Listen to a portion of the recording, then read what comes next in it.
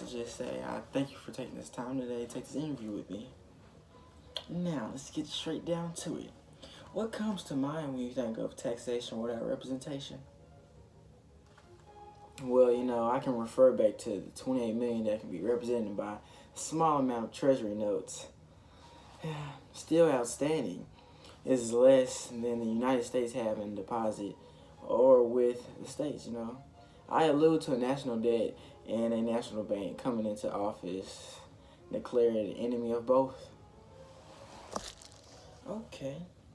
Now, what about your opinion on tariffs? I feel as if they are irrelevant, and I am unwilling to raise taxes, even if it leads to the balancing of the budget. Also, the reasoning towards me introducing the tariff abominations into Congress and in 1829 with purpose of defeating the tariff motive. That sounds nice. Now, are you anti-slavery or pro-slavery? I am the inflexible and uncompromising opponent of any attempt on the part of Congress to abolish slavery in the District of Columbia against the wishes of the slave-holding states. So I would say anti-slavery. Okay, in what ways are you working on women's rights? You know what? Despite being denied access to traditional forms of political participation, female activists formed organizations and became very public advocates of reform efforts, which led me to pulling strings and having positive outlooks on the women's rights. And do you agree with Jefferson on his views towards states' rights?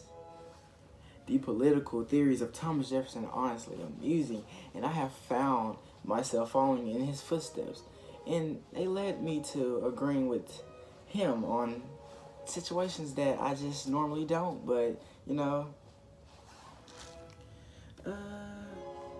in any kind of way, do you have control over the new national banks?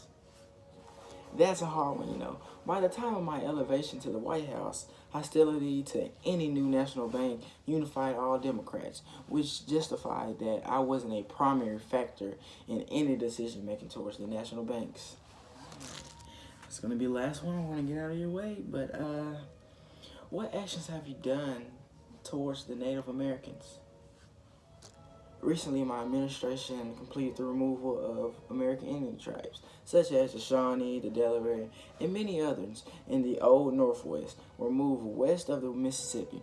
I've also ordered General Winfield Scott in 1838 to round up the Cherokee of Georgia, a tribe more westernized and civilized than others.